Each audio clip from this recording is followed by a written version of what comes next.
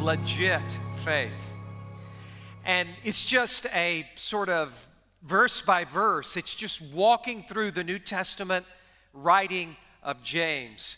But James is sort of rip your face off straightforward stuff. It's like it's not for the weak-hearted. And so we're saying about James that James is the gospel for the gaps in our lives, for our failures, and for our fake-outs. And the reason we're saying that is because there's no New Testament writing like James in this way.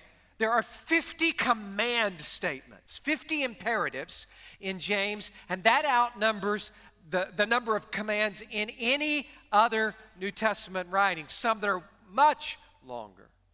And so James speaks into us, and it's hard to move fast. We're doing our best. Last week we began, and we roared our way through the first verse. And so our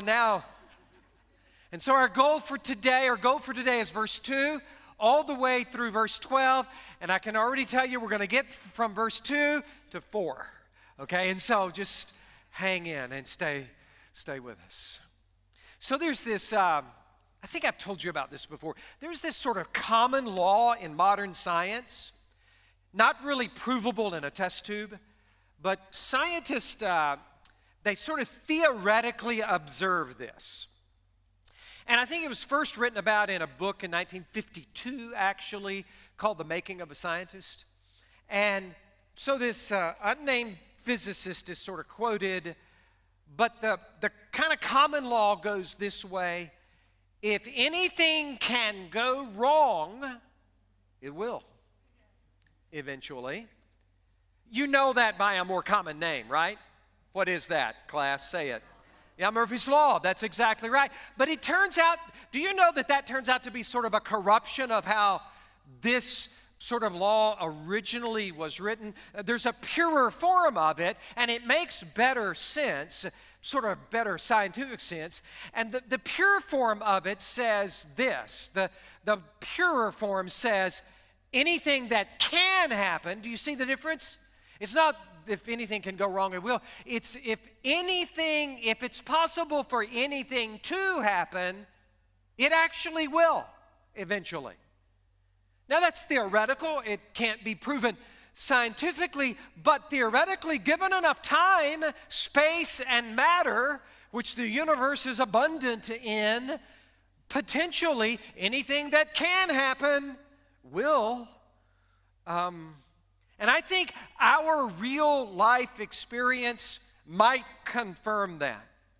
Do you know there's a spiritual aspect to that law? I think there is.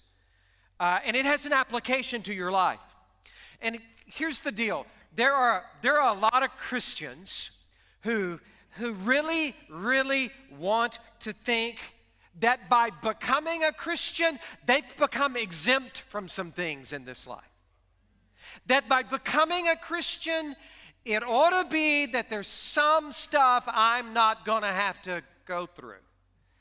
That there's some bad things that happen in this life that aren't going to happen to me. Now that gets confirmed by some kind of huckster, TV preachers who want, they'll say that to you, Of course, if you'll send the check and he'll pray over the big pile of those, well then that's how he guarantees it. But the spiritual truth is this. It transforms a little bit. It converts a little bit. The spiritual reality is this. Anything that can happen to anyone as a Christ follower can happen to you. And there's a bunch of us who actually need to reset to that reality. Anything that can't happen to anyone, as a Christ follower, it can happen to you in this life.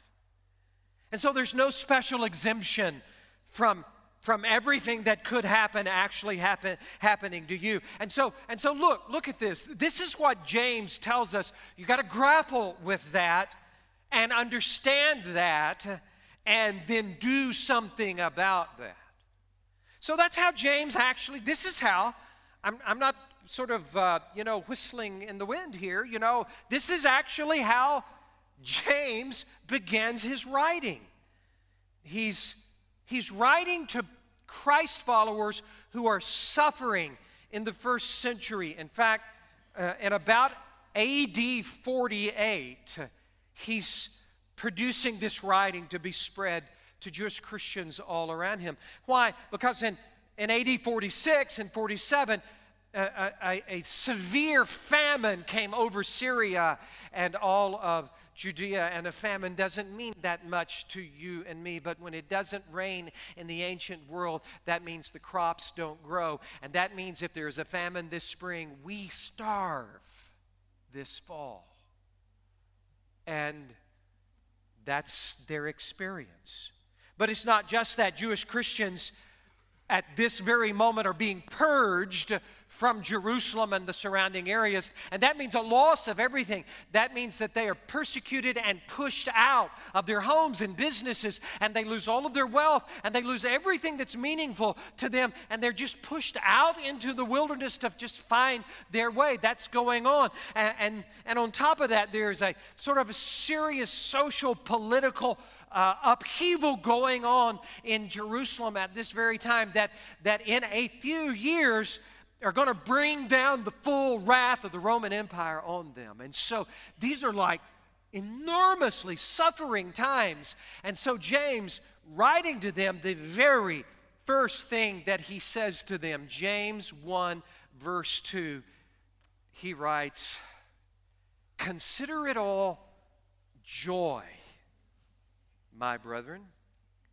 when you encounter various trials, knowing that the testing of your faith produces endurance.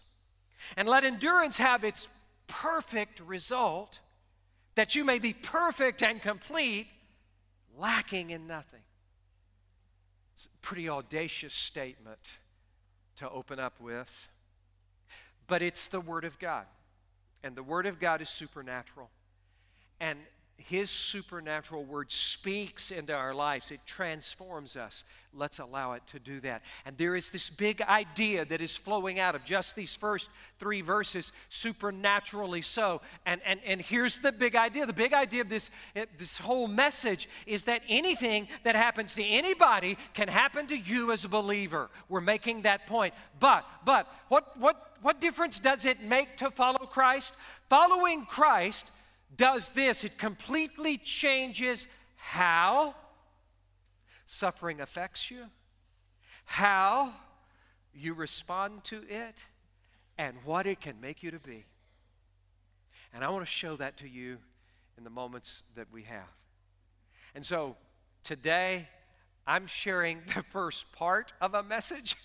and so, listen that way. Actually, it's like the first part of it. This passage goes all the way to verse 12. We're going to do through verse 4, but there's quite enough for us to embrace into our life in just the beginning of this. And so what is this message? What is James doing in these first 12 verses? He's doing one simple thing. He's saying to all of us this: here's how to suffer. Here's how to suffer. And so what does he say about how to suffer? Here's the first thing he says: treat suffering, treat it as if it's inevitable. Treat it like it's inevitable. That's what's happening in verses 2 through 4. This was just reminding me in the last few days. I remember a wise old preacher when I was young who said something that just, it affected me and it affected me because life hadn't affected me yet. And so he said, look, everyone in this room is in one of three circumstances. You are number one. You are in the middle of suffering and a trial. You're in the pit of it right now. That's category one. Or number two, you are just coming out of suffering and a trial. And if one of those two things aren't true about you, then you're in category three. Trouble is about to fall on your head. You're about to enter into it. And that's exactly what James is saying here. James is saying, treat it like it's inevitable. And so what James is doing here is he's actually describing, he's calling on us to develop something, to develop a perspective about suffering. That if you want resilience, if you want strength, if you want to be able to stand against it, the first thing you got to do is develop a perspective before it happens. And so not just a perspective, but a mindset. And so here is the first of 50 commands in this short writing, and verse 2 is it. Consider it suffering, consider it all joy when you encounter various trials. Okay, that just sounds absurd, and it sounds harsh, it sounds weird, but let's break it down. The first word is the word consider. Consider is a thinking word. In fact, it has the concept of to lead implied in it. To lead. What does that mean? It means in any suffering circumstance, lead with this thought. Lead with this thinking process. Here are the thoughts you ought to lead to that ought to have dominance in your mind. He's saying, develop this. Now, what is he talking about? He's talking about various trials. Periasmos is the word. That word means any hard thing coming into your life that makes you want to crumble. Now, it might be something that is strengthening. It's hard, it's challenging, but it strengthens you. Or it might be something that's a temptation that it's strongly pulling you away to do something terrible. It can be either of those. It's just any hard thing that comes into your life that makes you want to crumble. And so he says, what should be the leading thought when one of those comes? What should be the leading mindset when one of those comes? And he says, absurdly, count it joy. Joy is a perspective word. And I know it feels like nonsense to say, be overjoyed when something terrible comes into your life. But read the Bible with some level of intelligence, right? And right, you can see that James doesn't mean, oh, your mom died. Happy thoughts. He doesn't mean that. He's actually calling on you to do something deep inside of yourself that is only about you. He's not calling on you to be happy or joyful that something bad has happened to someone in your life that you love, you deeply care about. But this is about you, but about yourself in any terrible circumstance. You can say, I'm going to be grateful at the end of this that I have become more than I am now. That's what he means. It's a perspective. He's calling on us to have a mindset.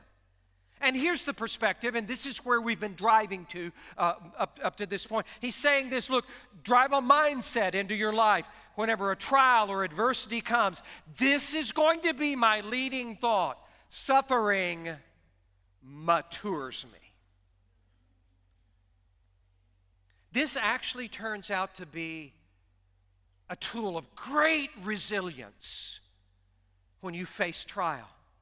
That my leading thought going into it is, okay, it's here. This suffering is going to mature me. It's got to be your ingrained, chosen mindset. And it goes like this. I've made a decision that when a trial comes, I choose my first thoughts, my leading thoughts to be, suffering matures me. Now, James is amazingly practical, and we can be really practical just coming out of that statement because James applies it immediately. How? How does trials make me mature, right? If you're gonna have a perspective about something, leading thoughts, you need to understand them and know why. Why is that even true? Here's why. He tells us why. There are these ways in which you grow mature when suffering comes, if your perspective is right. And that is number 1, verse 3, knowing that the testing of your faith does something. So number 1, what does it do? It purifies my faith. That's the first thing it does. So the word testing, that is really the means by which something is tested and then approved. So it's the means by which that something is tested and approved. So in the ancient world, that same word was found on the bottoms of certain ancient clay vessels that had been formed and fired and inspected and found flawless.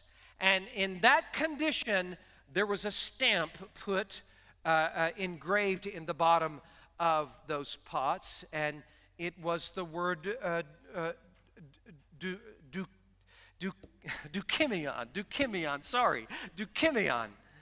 It's the word dukimion. And so the reason for that is that, certain crooked pottery makers would fire their pots and there would be a crack and they would fill it with wax and still try to sell it. But if the bottom of the pot had dukimion on the bottom of it, it meant that they had been fired and tested and inspected and approved. And the same is true in your life. What is it that is tested when you go through a fire? What is it that's actually tested? He says it's your faith. It's your faith that is fired and tested for its strength and resilience. He means your trust. He means your reliance upon God when it's really hard. That's what he means by faith here. He's not making some reference about your vague beliefs about God, that change tomorrow and the next day and whatever, just depending on what crowd you're with, right? He actually means your utter dependence, your actual reliance on him. That's what gets fired and tested and then approved. And so he says it purifies my faith. But then, secondly, why? Why can I say that this trial matures me? It's also because, number 2, it makes me stronger. It makes me stronger. It, verse 3, produces something. There's a product that comes out of it. And what is that? It's endurance. What does adversity do to faith? Is that basic? What does adversity do to faith? Well, it burns it. It leaves scorch marks on it. And it makes it stronger. So what is stronger faith? What does that actually look like? Can you see stronger faith? And this verse tells us the answer is yes, you can see it. What does it look like? It looks like endurance. The word's a compound word. This word for endurance, the main word is a word meno. Meno, it means to remain or to stand, to remain somewhere or to stand somewhere. There's a prefix on this word that is just an intensifier. It's the word hupo. It's a syllable hupo, and its only function is to intensify a word. And so this word, put it together, this word is to hupomeno, to hyper stand.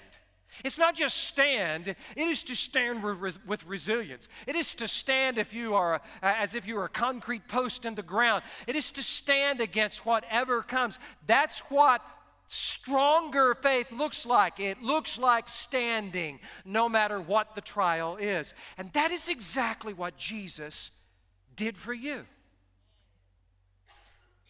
You get it. He took all that hell could throw at him, and he stood for you. When they mocked him, he stood for you. When they took the cat of nine tails and ripped his back open, he stood under it and for you. When they took him to the soldiers' barracks and beat him senseless, he stood for you. And then when they impaled him on a cross, and he stood on that cross for 6 hours, and hell, between heaven and earth, and hell threw everything it had at him, he stood for you. Now, do you know the impact of that? Is that just some emotional things to say?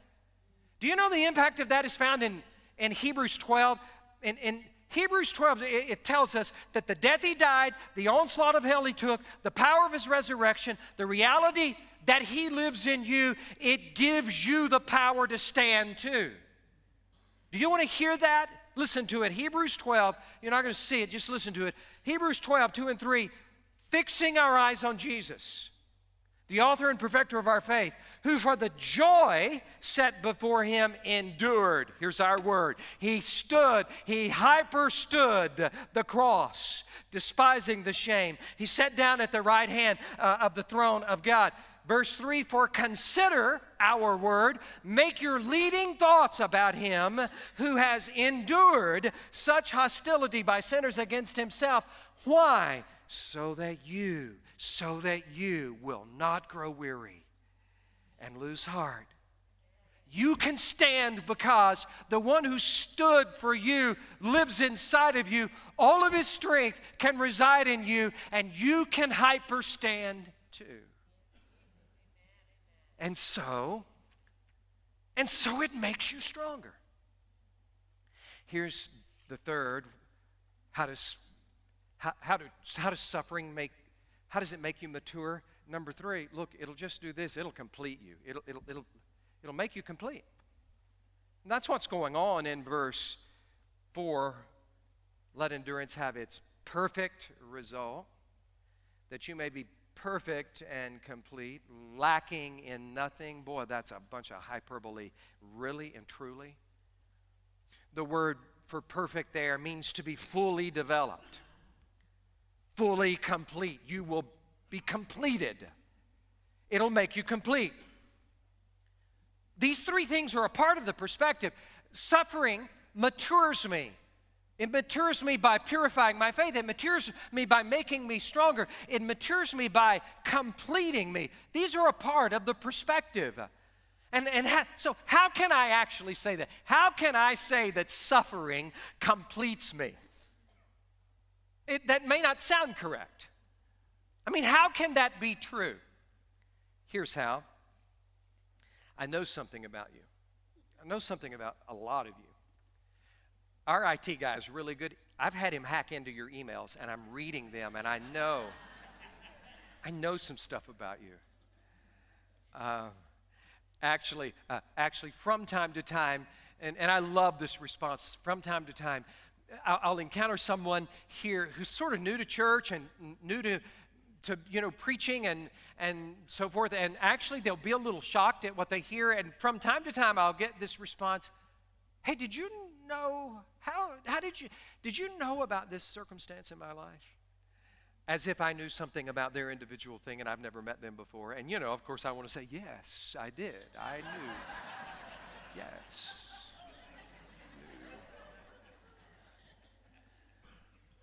But no, what I know is what I know about every one of us.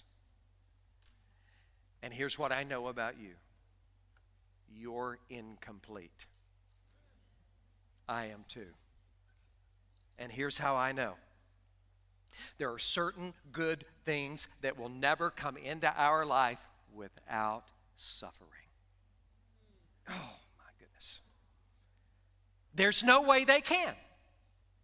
Because only suffering produces them.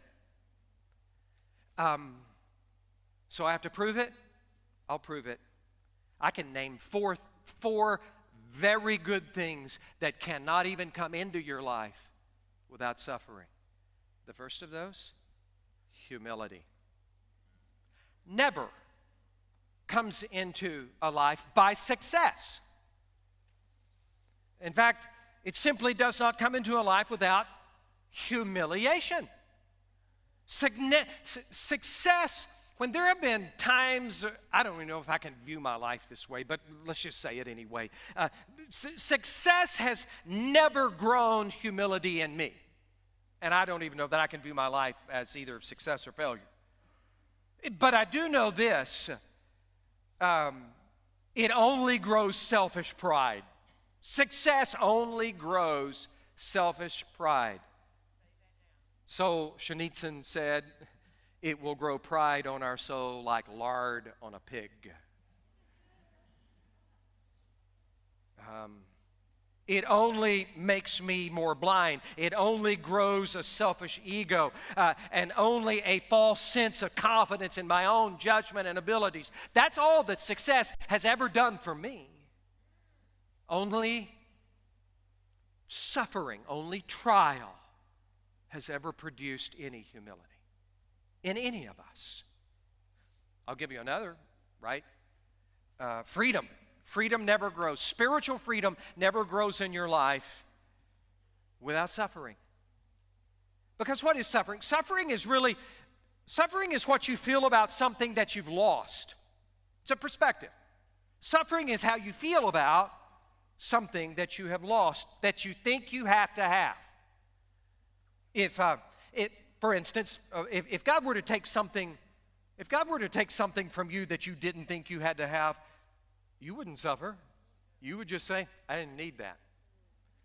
But if God were to take something away that had its hands around your throat, maybe a consuming career ambition that was choking out the rest of your life, or maybe a certain possession, a label that was crucial to your identity in front of others, or something else.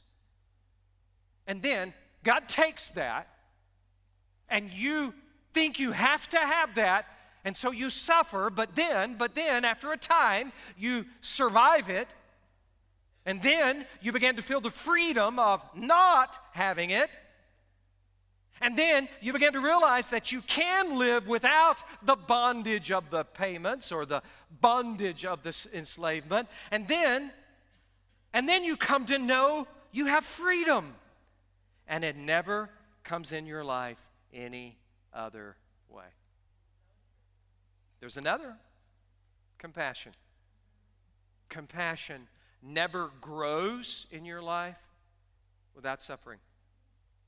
Empathy for others only comes from having the same experiences. I mean, do this thought experiment with me. What if you had never suffered ever before? Nothing has ever made you suffer. And what if you knew, just in the thought experiment, that for the rest of your life you never would suffer? What would be the result of that? Okay, I've known a few people who've suffered only a little. So here's what I can say. Do you know the level of jerk you would become?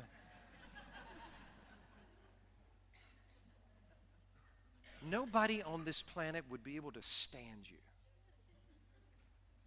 But from the things that you've suffered, it gives you the ability to suffer with others. And that's what actually even fires it in you. Your dad died. Or your sister died. Or after your daughter was diagnosed, your ability to feel another's pain grew by leaps and bounds. It only comes. And then I'm going to give you another faith. Faith never grows in any other way. Look, only adversity, need, and waiting. Adversity, need, and waiting. Those are the only contexts in which your faith grows when it's hard. And so it's only when you wait and wait and wait for God's faithfulness that your faith grows strong. And so what do I know about you? You're incomplete. And the only way to grow mature is in how you choose to respond to your suffering. Verse 4 says that there is a result. You will be lacking in nothing. I'm going to make a sharp turn for the conclusion of this message, because I want to turn. This is perspective, right? Where's the starting point? The starting point of how to suffer. The starting point is perspective, and that is that we start this way. Treat it as if it's inevitable. And I will choose this perspective. Suffering makes me strong for these reasons. But now, what about you? What if you're in, crushing circumstances at this moment, right this moment? What do? I want to speak to that for just a second. If you're in the middle of a hard trial and you don't know how you're going to make it through, let me give you 3 just short applications. Do this. Start here. Do number 1.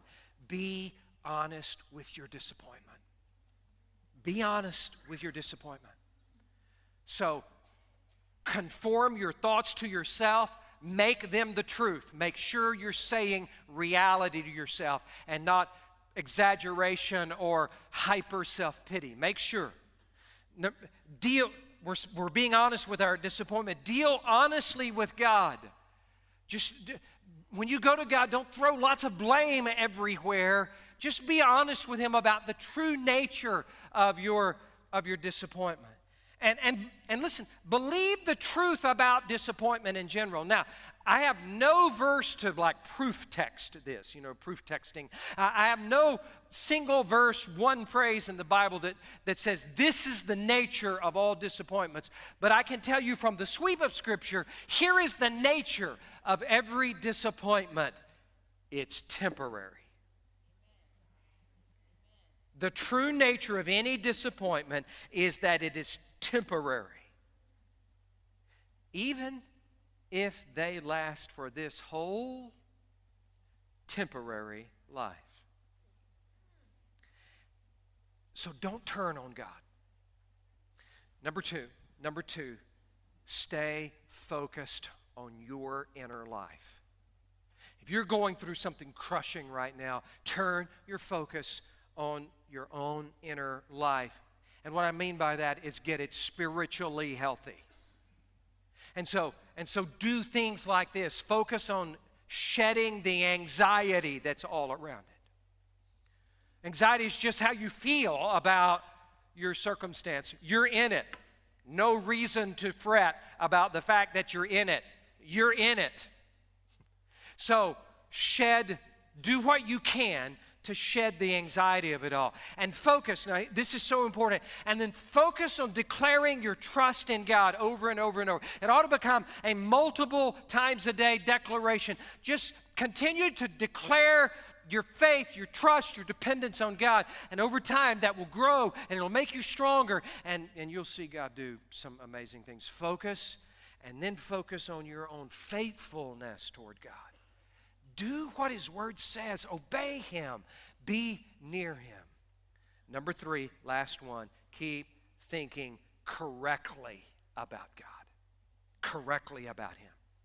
I want you to think about Joseph of the Old Testament.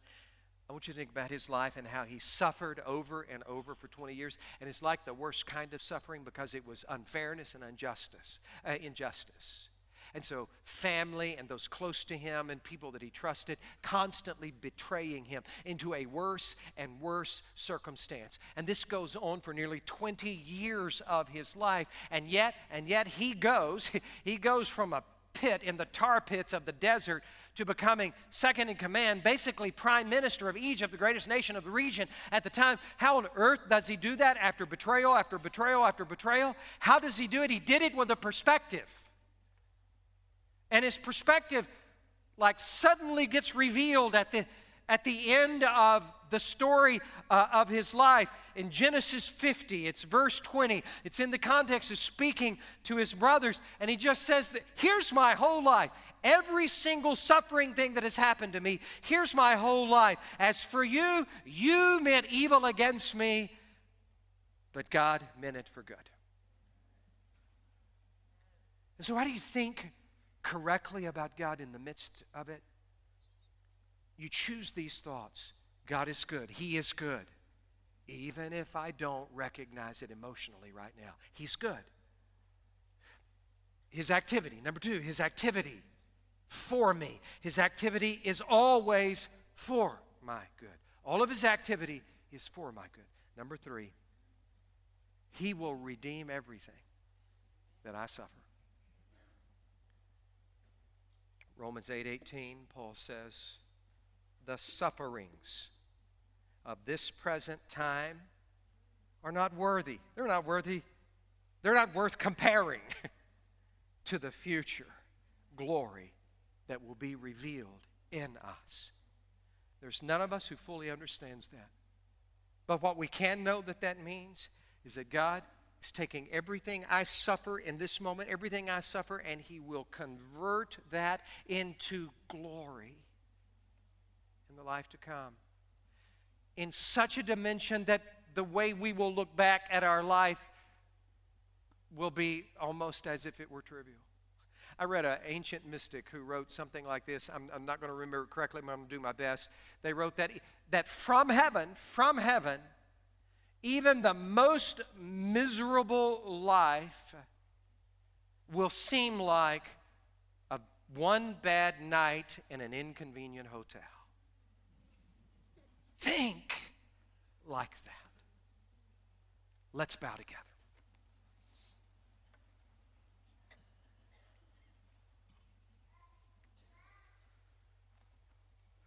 I'm asking you to really enter God's presence in your own heart at this moment. Just getting quiet for a moment.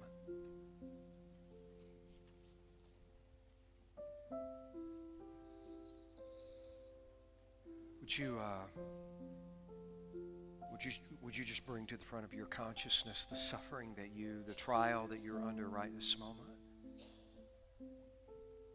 And would you just pray for the trust and the reliance?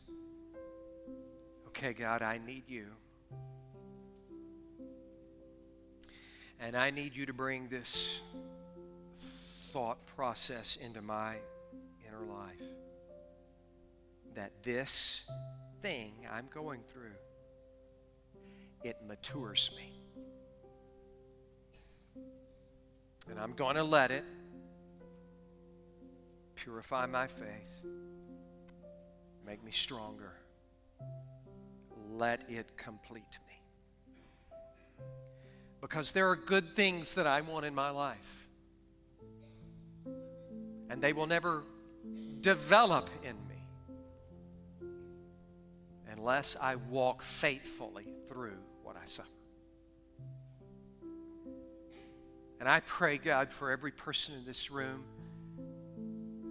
I pray first that we would just hunger and thirst for Christ, for Him to be in our lives, to embrace Him as Lord and Savior of our lives.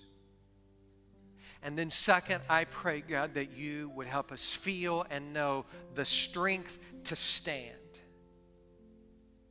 That because Jesus stood, He hyper stood in our place for us, that we can stand because He lives in us.